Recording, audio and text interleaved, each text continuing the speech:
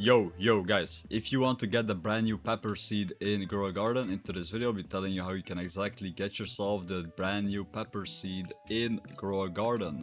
It's pretty simple, but first guys, like the video and subscribe if you would like to have yourself a pepper seed.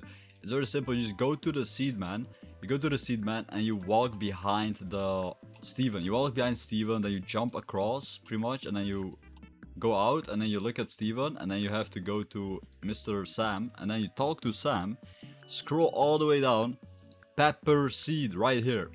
If you want a pepper seed, you can get it right here for 600 Robux, and this is the brand new plant.